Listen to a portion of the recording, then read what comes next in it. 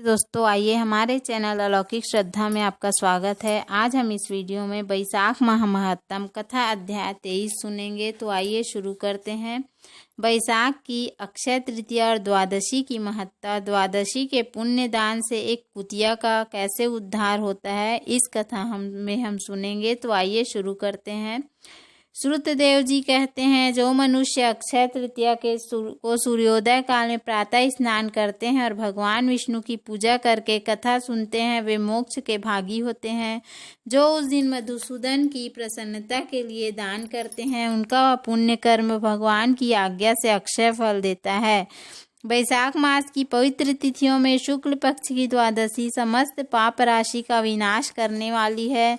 शुक्ल द्वादशी को योग्य पात्र के लिए जो अन्न दिया जाता है, उसके एक एक दाने में कोटि कोटि ब्राह्मण भोजन का पुण्य होता है। शुक्ल पक्ष की एकादशी तिथि में जो भगवान विष्णु की प्रसन्नता के लिए जागरण करता है, वह जीव मुक्त होता है।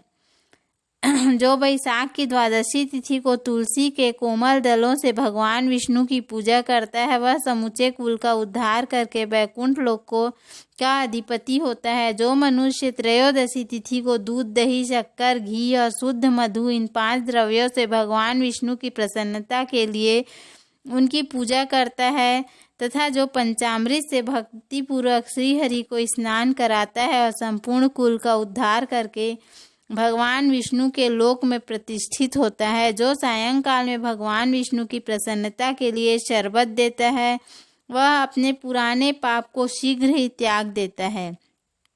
बैसाख शुक्ल द्वादशी में मनुष्य जो कुछ पुण्य करता है, वह अक्षय फल देने वाला होता है।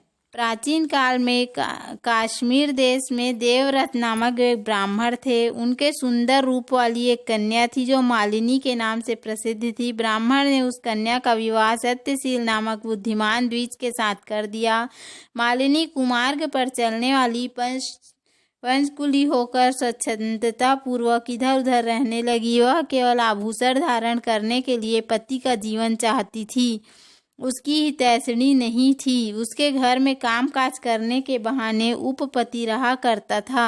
सभी जाति के मनुष्य जार के रूप में उसके यहाँ ठहरते थे। वह कभी पति की आज्ञा का पालन करने में तत्पर नहीं हुई। इसी दोष से उसके सब अंगों में कीड़े पड़ गए, जो काल अंत और यम की भांति उसकी हड्डियों को भी छेदे डालते थे।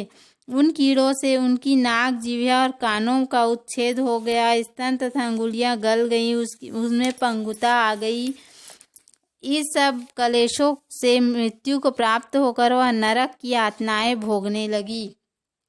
1,50,000 वर्षों तक वह तांबे के भांड में रखकर जलाई गई।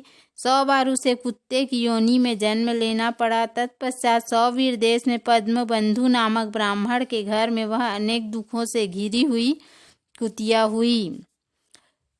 बोलो श्री हरि विष्णु भगवान की जय। तो अगली कथा हम कल सुनेंगे। अगली कथा में हम सुनेंगे कि इस कुतिया का उद्धार बैसाख माह के द्वादशी तिथि के दिन, शुक्ल पक्ष की द्वादशी के दिन कैसे हुआ। तो आइए क्षमा करें। तो अगली कथा हम कल सुनेंगे। यदि हमारा वीडियो पसंद आए, वीडियो को लाइक, शेयर और सब्सक्राइब करना ना भूले। धन्यवाद। राधे राधे।